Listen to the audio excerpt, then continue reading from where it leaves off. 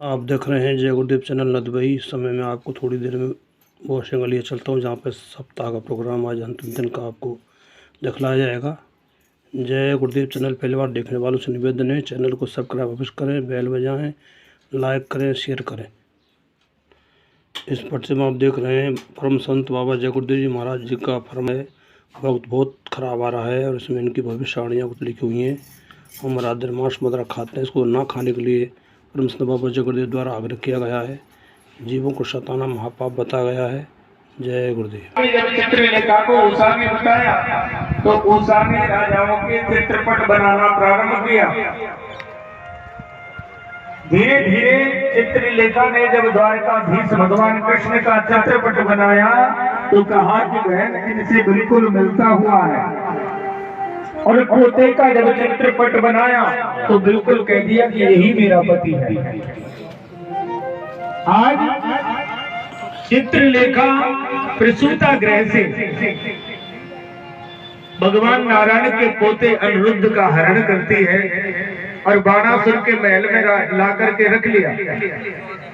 काफी समय हो गया, अंत में बाणासुर को मालूम हुआ ये बाणासुर भगवान का शिव का परम भक्त है। सज्जन, बाणासुर को जब मालूम हुआ इसको नारद जी ने आया, भगवान कृष्ण आ गए। भगवान कृष्ण का बाणासुर का युद्ध होना है कि इतने में बाणासुर ने भगवान शंकर का स्मरण किया तो भगवान शंकर बाणासुर की तरफ से युद्ध करने आ गए। आज भगवान शंकर और भगवान कृष्ण का युद्ध होता है। सज्जनों, हरि हर ब्रह्म है, दोनों ब्रह्म आमने सामने हैं और युद्ध प्रारंभ होता है कि शंकर जो बाण छोड़े भगवान के श्री चरणों में लगे और कृष्ण जिस बाण को छोड़े वो शंकर के श्री चरणों में जाकर के गिर गए। युद्ध जब प्रारंभ हुआ तो स्वयं बाणासुर भी युद्ध करने आता है तो भगवान ने उस बाणासुर की भुजाओं को काटना प्रारंभ कर दिया। बाणासुर की सब भुजाएं जब कट गई, शेष 2 भुजा बाकी हैं। भागवत में लिखा है कि बाणासुर की माता कोटरा देवी उस युद्ध स्थल में आ गई कि अगर मैं नहीं पहुंची तो कृष्ण मेरे बाणासुर को मार देगा। तो कोटरा देवी जो बाणासुर की माता थी, कोटरा आधे वस्त्रों को पहन करके युद्ध क्षेत्र में आई तो भगवान ने जैसे ही मुख मोड़ा बाणासुर युद्ध स्थल छोड़ करके भाग गया। और भगवान नारायण अपने पुत्र वधू को साथ में लेकर अनिरुद्ध के साथ में द्वारका में पहुंचते हैं। सज्जनों, भगवान द्वारका में विराजमान हैं।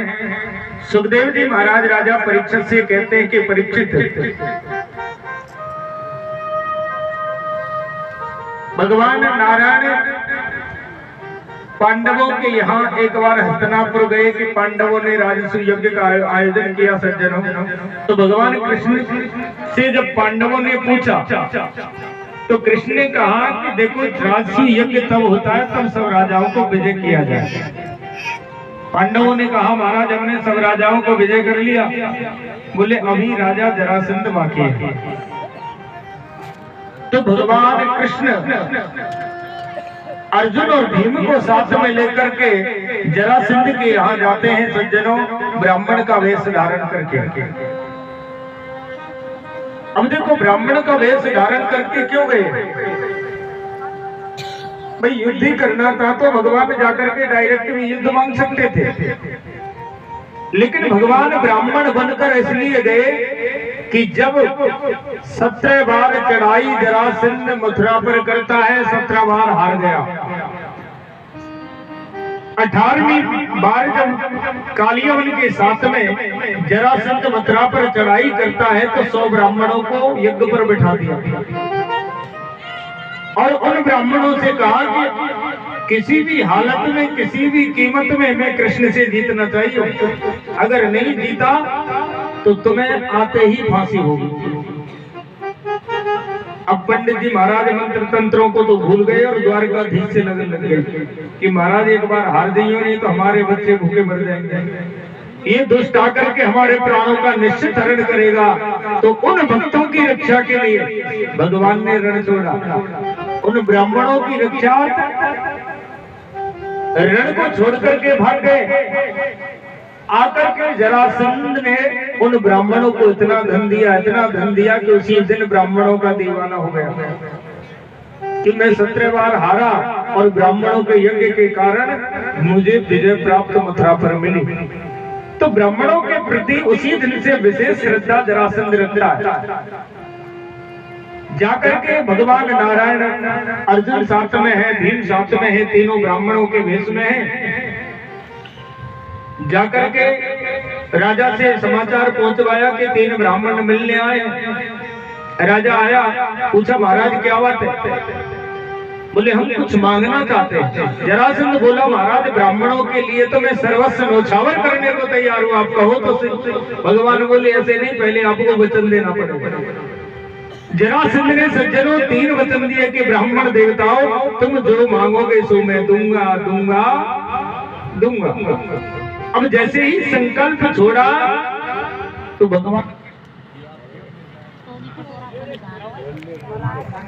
भगवान कृष्ण कहने लगे कि युद्धम देहि राजन, हे राजन अगर तुम देना चाहते हो तो युद्ध का दान दे दो। जरासंध को बड़ी हंसी आई। बोले पंडित कब से युद्ध करने लगे? भाई ब्राह्मणों का काम युद्ध करना थोड़ी है, तुम ये बताओ तो हो कौन? अब भगवान कृष्ण अपने असली रूप में आ गए। अर्जुन अपने रूप में आ गया, भीम अपने रूप में आ गया। तो जरासंध ने जैसे ही भगवान कृष्ण को देखा सज्जनों जोर जोर से हंसने लगा। बोले देखो ये मुझसे युद्ध मांग रहा है, जो मेरे डर के कारण युद्ध भूमि छोड़ करके भाग गया। 10 बार कम से कम इस बात को जरासंध ने कहा कि मैं तुझसे युद्ध कैसे करूं, तू तो रण छोड़ है, रण को छोड़ करके भाग गया। भगवान बोले देख लो 17 बार हमने भगाया, एक भी बार नहीं कहा। इससे हम एक बार क्या भाग गए, बस बस बस उसको गाने लग गए। अरे हमने भी तो इसको 17 बार हराया। लेकिन जरासंध कहता है कि मैं डरपोक से युद्ध नहीं कर सकता, मैं तुझसे युद्ध नहीं करूंगा। अर्जुन के सामने भगवान ने इशारा किया तो अर्जुन से कहते ये मेरे बराबरी का नहीं है, ये युद्ध मुझसे नहीं कर सकता। हाँ भीम थोड़ा बहुत मुझसे 2-2 हाथ कर सकता है। भीम ने जब इस बात को सुना सज्जनों तो भीम को भी अभिमान हो गया। भीम को भी ऐसा अभिमान हो गया कि देखो इसने तो भगवान को भी फेल कर दिया, अर्जुन को भी फेल कर दिया, मुझे बलवान बताया। तो भीम को भी थोड़ा अभिमान था अपने ऊपर कि मैं कितना बलवान हूँ। उस अभिमान के खंडन के लिए भगवान ने जरासंध से भीम का युद्ध कराया। और देखो एक राजा की सभा में प्रश्न होता है। एक राजा ने अपनी सभा में प्रश्न रखा कि भैया भगवान क्या करता है, भगवान क्या खाता है और भगवान कब हंसता है। इन बातों का जो मुझे जवाब देगा मैं उसे अपना आधा राज्य दूंगा, और जिसने नहीं बताया तो उसको जेल में डालूंगा या फिर फांसी पर चढ़ाऊंगा। ऐसा राजा का आदेश था। अब जो आए अगर नहीं बते तो जेल में बंद। एक दिन एक किसान राजा के पास में पहुंचा और कहा महाराज आपकी बातों का जवाब मैं देने को तैयार हूँ, लेकिन उसमें एक शर्त होगी। राजा ने कहा बताओ क्या शर्त है? बोले महाराज जैसे मैं कहूंगा वैसे आपको थोड़ा थोड़ा करना पड़ेगा। अब राजा को तो निदान प्रश्नों का करना था। राजा ने कहा ठीक है भैया जैसा तुम कहोगे वैसा मैं करूंगा, लेकिन 3 बातें मेरी कि भगवान क्या करता है, भगवान क्या खाता है और भगवान कब हंसता है, ये बताने का आप प्रयास करें। सज्जनों किसान ने कहा ठीक है महाराज आपकी बातों का मैं जवाब देता हूं, लेकिन उसके लिए आपके सर का जो ताज है ना, जो मुकुट आपने पहन रखा है, जो राजा के नाम की जो सील मोहर आपके पास है उनको मुझे दे और थोड़ी देर के लिए मुझे राजा बना दे। अब राजा को प्रश्न जानना था। राजा ने अपना मुकुट लिया, 5 आदमियों के द्वारा उस किसान को मुकुट पहनाया और गद्दी पर बिठा दिया। उस किसान ने अपने सिपाहियों से कहा भैया अब ये बताओ कि तुम्हारा राजा कौन है। तो सिपाहियों ने कहा महाराज जिसके सर पर ताज है वही हमारा राजा है। तो उस किसान ने कहा अगर मैं राजा हूं तो मैं तुम्हें आदेश देता हूं कि जो पुराना राजा है ना इसको खंबे से बांध दिया जाए। और सज्जनों उस राजा को खंबे से बांध दिया और आदेश कर दिया कि इसमें इतने कोड़े लगाए जाए, इतने डंडे लगाए जाए कि इसकी नानी याद आ जाए। प्यार से बोली राजा। अब राजा को खंबे से बांध दिया और राजा में कोड़े लग रहे हैं। राजा रो रहा है और रोता हुआ किसान से पूछता है कि भगवान अब तो बता दो कि भगवान क्या करता है। अरे मूर्ख तेरी अपनी फूट गई क्या? भगवान यही करता है कि थोड़ी देर पहले मैं बिल्कुल नितंत गरीब आया था तेरे सामने और भगवान का यही सामर्थ्य है, भगवान चाहे तो समेरू को छार बनावे। भगवान अगर चाहे तो छोटे से कंकड़ को बड़े से बड़ा पर्वत बना सकता है और भगवान चाहे तो बड़े से बड़े पर्वत को भी कंकड़ के रूप में परिवर्तित कर सकता है। चाहे तो समेरू को छार बनावे और चाहे तो छार को समेरू बनावे और भगवान चाहे तो रंग को राव बनावे और राव को द्वारे ही द्वार फिरावे। जब भगवान की कृपा हो जाती है ना तो गूंगा व्यक्ति भी पंचम स्वर में गाने लग जाता है। लंगड़ा आदमी भी दुर्गम पहाड़ों पर चढ़ जाता है जब भगवान की कृपा जब उस पर हो जाती है। बोले तू मूर्ख, अरे भगवान की कृपा थी। थोड़ी देर पहले मैं एक बिल्कुल छोटा सा किसान था, आज भगवान की कृपा कि मैं राजा बन गया, तू भिखारी बन गया, तू पिट रहा है।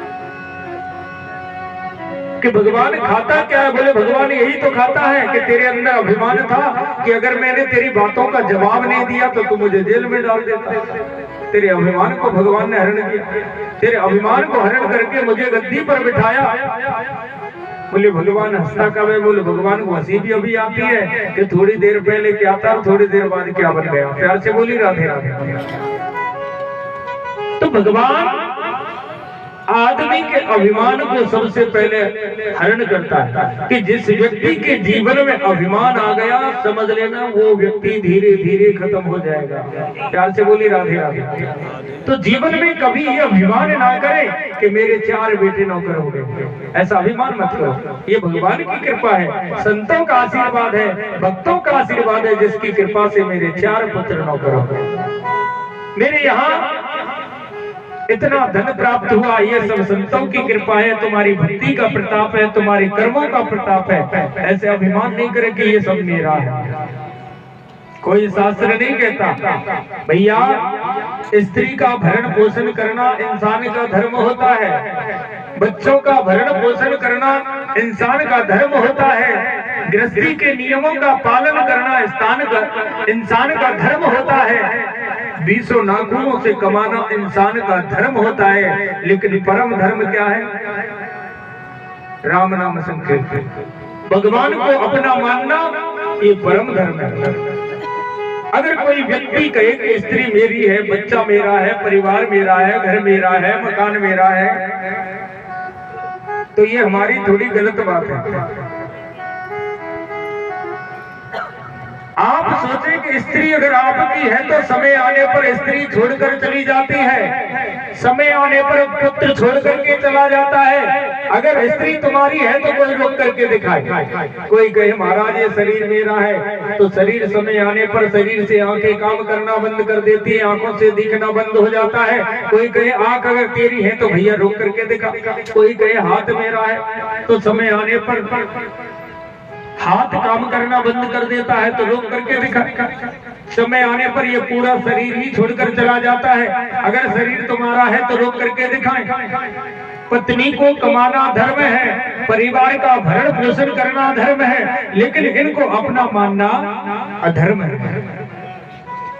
पत्नी के संग्रह हो, पत्नी की इच्छाओं की पूर्ति करो, पुत्र की इच्छा की पूर्ति करो, पुत्र का भरण पोषण करो, ये तुम्हारा धर्म है। परम धर्म है भगवान का कीर्तन करना, भगवान को अपना मानना, ये इंसान का परम धर्म है। प्यार से बोले राधे राधे। आज भीमी के अंदर इतना अभिमान है कि भीम छाती चौड़ा के खड़ा हो गया कि इसने तो मुझे बहुत बड़ा बना दिया। भगवान बोले कल ही पता चल जाएगा कि तुम में कितनी दम है। युद्ध प्रारंभ हुआ सज्जनों, एक दिन का युद्ध समाप्त हो गया, लेकिन भीम जरासंध का कुछ नहीं बिगाड़ पाया। दूसरे दिन युद्ध हुआ, तीसरे दिन हुआ, चौथे दिन तो भीम ने मना कर दिया कि मैं नहीं लड़ूंगा कल। भगवान बोले क्यों नहीं लड़ोगे? बोले महाराज ये मरता ही नहीं, इसके दो दो टुकड़े कर दिए फिर भी ये जुड़ जाता है। देखो जरासंध में को ऐसा वरदान मिला हुआ था कि इसके दो टुकड़े भी हो जाए तो भी ये जुड़ जाता था। राक्षस की योग दृष्टि के कारण इसको ये वरदान मिला हुआ था। अब भीम ने कहा महाराज ये तो मरता ही नहीं है, मैं युद्ध नहीं करूंगा, मैं तो अब चला सीधा श्राप पर। भगवान बोले बस हो गया काम, तुझे तेरी ताकत का पता चल गया? बोले हाँ महाराज पता चल गया, इससे युद्ध में कल नहीं कर सकता। तो भगवान बोले देख कल जब युद्ध करे ना मेरी तरफ देख ले। और जैसे ही युद्ध प्रारंभ हुआ सज्जनों, भगवान ने इशारा दिया, एक तिनके को बीच में से चीरा और उसको विपरीत दिशाओं में डाल दिया। एक को उत्तर में डालना था तो दूसरे को पश्चिम में डाल दिया। विपरीत दिशाओं में जब डाला तो जरासंध मर गया। और जरासंध के यहाँ से 20,000 राजाओं की मुक्ति भगवान ने कराई जेल से। और जरासंध के मुकुट को लेकर के भगवान पांडवों को लेकर के आए। तो इसी मुकुट को पहन करके परीक्षित कलयुग के सामने गया था, क्योंकि भगवान ने धोखे से इस मुकुट को प्राप्त किया। ब्राह्मण बन के वरदान मांगा था कि हमें युद्ध दे दो, तो ये धोखा हुआ। और धोखे से छीना हुआ धन, धोखे से प्राप्त किया हुआ धन, उसमें कलयुग का वास होता है। और सोने की चोरी जो व्यक्ति करता है तो समझो वो बहुत बड़ा पाप है। सोने की चोरी सबसे बड़ा पाप बताते शास्त्र के अंदर। प्यार से बोली राधे राधे। तो जीवन में ये ध्यान रखना कभी कोई सोने की चोरी ना करे। आ जाए तो भैया किसी के कोई बता दीजिए, कुछ नहीं होगा। 10-5 हजार की चीज अगर मिल भी जाए ना तो उससे पूर्ति होने वाली नहीं है। प्यार से बोलिए राधे राधे। आज 5 पांडवों यज्ञ की तैयारी कर रहे हैं। और यज्ञ की जब तैयारी कर रहे थे तो यज्ञ का नियम होता है किसी ना किसी देवता को पूजा जाता है प्रधान बना करके, कि भैया प्रधान कौन है बताए। और यहाँ प्रधान कौन होगा? कि उसमें तो शिशुपाल जैसे राजा आए हुए। पांडवों के हितैषी भगवान नारायण है। तो अर्जुन ने खड़े होकर के कह दिया कि भैया हमारा प्रधान तो वसुदेव सुतम देवम कंस चारूण मर्दनम देवकी परमानंदम कृष्णम वंदे जगत गुरु। कि हमारा तो प्रधान है श्री कृष्ण, हमारा प्रधान है श्री कृष्ण। द्वारकाधीश हम तो इसी को प्रधान पूजना चाहते हैं। और सज्जनों जैसे ही कन्हैया का नाम लिया तो शिशुपाल खड़ा हो गया। बोले देखो पांडवों की बात। अरे पांडवों को देखो, एक गाय चराने वाले को प्रधान पूजा देते हैं। अरे ये तो चोर है, रणछोड़ है, ये तो स्त्रियों का हरण करने वाला है, कन्याओं का हरण करने वाला है, इसको प्रधान पूजा कैसे बनाओ? गाली पे गाली शिशुपाल देता है। भीम ने कहा महाराज ये शिशुपाल तुमको गाली पर गाली दिए जा रहा है और तुम कुछ बोलते ही नहीं। भगवान बोले भैया मैं काउते ना बोलूं, मैं काउते का सुना कहूं। कर्म नहीं जायते जंतु कर्म नहीं विलीयते। अरे जीव कर्म ते पैदा हुए, कर्म ते मरे, कर्म ते पावे और कर्म ते ही खोवे। मैं किसी से कुछ नहीं कहता, जब इसका समय होगा इसका नंबर आ जाएगा। सज्जनों ये शिशुपाल का जब जन्म हुआ था, ये शिशुपाल भगवान कृष्ण की बुआ का लड़का है। इसका जब जन्म हुआ इसके 4 हाथ आए थे। पंडितों ने जब इसकी कुंडली देखी तो इसकी माँ से कहा कि देखो जिसके गोदी में लेने से इसकी 2 भुजा टूट जाए समझ लेना वही इसको मारेगा। अब शिशुपाल के जन्म में जो सम्मिलित हो तो सबसे पहले भगवान की बुआ शिशुपाल को गोदी में देती है। जो व्यक्ति आए उसी की गोदी में देती है। एक दिन भगवान भी आए और भगवान की गोदी में जैसे ही शिशुपाल को दिया 2 भुजा गिर गई। बुआ ने सोचा कि मेरे पुत्र को कृष्ण ही मारेगा, तो कन्हैया से कहा कि कन्हैया मैं तुमसे एक वरदान लेना चाहिए, वचन लेना चाहती हूँ। कन्हैया बोले बुआ बता। बोले देख, जब तक मेरो शिषपाल तो को 10-20 गाड़ी दे लेना तब तक कछु मत कीजो। कन्हैया बोले देख बुआ, तेरो लाला जब तक मुझको 100 गाली देगो ना तब तक कछु ना कहूं। अब बुआ ने सोची 10 देगो, 20 देगो, 50 देगो, 100 गाली तो काई को देगो। बुआ प्रसन्न हो गई और एक दिन वही आया कि आज शिषपाल भगवान को गाली पर गाली देता है। ये कृष्ण ऐसा है, ये कृष्ण वैसा है, गाली पर गाली देने लगा। 99 गालियां हुई। भगवान बोले शिषपाल सावधान हो जाओ, लेकिन जाको प्रभु दारुण दुख देही, बाकी मत पहले हर ले। शिषपाल को सावधान भगवान ने किया तो शिषपाल नहीं माना और भगवान ने अपने सुदर्शन चक्र को आदेश दिया और शिषपाल का सर धड़ से अलग हो गया। सज्जन, यहाँ शिषपाल के शरीर से एक ज्योति निकली और भगवान श्री कृष्ण के शरीर में विलीन हो गई। अब आप देखें कि जिस व्यक्ति का काम था नित्य भगवान को गाली देना, नित्य भगवान को 10-20 गाली देना, और अंतिम समय उस भक्त को, ऐसे भक्त को भगवान कौन सी गति प्रदान करते हैं कि मद भक्ति प्रेम न भाव सामयुज्य मुक्ति शिषपाल को भगवान ने प्रदान की। अब देखो, ऐसे भगवान को कोई कैसे भी भजे, बैर से भजे, शत्रुता से भजे, दुश्मनी से भजे या क्रोध से भजे, लेकिन चिंतन तो उसका होता है। कर्मा ने ठाकुर जी को खिचड़ा क्रोध से खिलाया, एक छड़ी को हाथ में लिया और एक जाट की लड़की गोविंद से कहते बोले खाना कि नहीं खाना। बोले अगर तुम नहीं खाओगे ना तो मैं भी नहीं खाऊंगा। और देखो, उस क्रोध के कारण भगवान आ गए और कर्मा के साथ में खिचड़ा खाने लगे। अगर थोड़ा बहुत क्रोध भी करना है ना तो उस नारायण से करें, अपने किसी संसार वाले व्यक्ति पे नहीं करें, परिवार वालों पे नहीं करें। अगर जो व्यक्ति ज्यादा क्रोध करता है, जो सास अपनी बहुत ज्यादा चिड़चिड़ लगी रहे ना, वह बुद्धि खराब है जा थोड़े दिन। जो पिता अपने पुत्रों से लगा रहता है चढ़ तो उसकी बुद्धि में बस यही भर जाता है, उसको और कुछ अच्छा नहीं लगता। चढ़ धीरे धीरे उसकी बुद्धि का फिर विनाश हो जाता है, बुद्धि में विभ्रम पैदा हो जाता है। अब जिसकी बुद्धि नष्ट हो जाती है तो आप विचार करें कि आदमी व्यवसाय करता है बुद्धि से, और बुद्धि खराब हो गई तो व्यवसाय होगा नहीं, व्यापार होगा नहीं, और व्यापार नहीं होगा तो भूखा मरने की स्थिति आ जाएगी। प्यार से बोले राधे राधे। इसलिए अपनी बुद्धि को संभाल के रखें। कोई सास अपनी बहू से चढ़ ना करे, ना बहू सास से करे, तब काम चलेगा, घर में रुपया तब ही आएगा। प्यार से बोले राधे राधे। अब 2 मिनट का समय तुम्हें देते हैं चाय पानी के लिए, क्योंकि बहुत देर तक अचूक माता इशारा कर रही है। बोले आज तो पंडित जी घसीटे जा रहे, कोई चाय पानी का नाम भी ना लिया। देखो ये बादल हो ना तब मुझको डर लगे।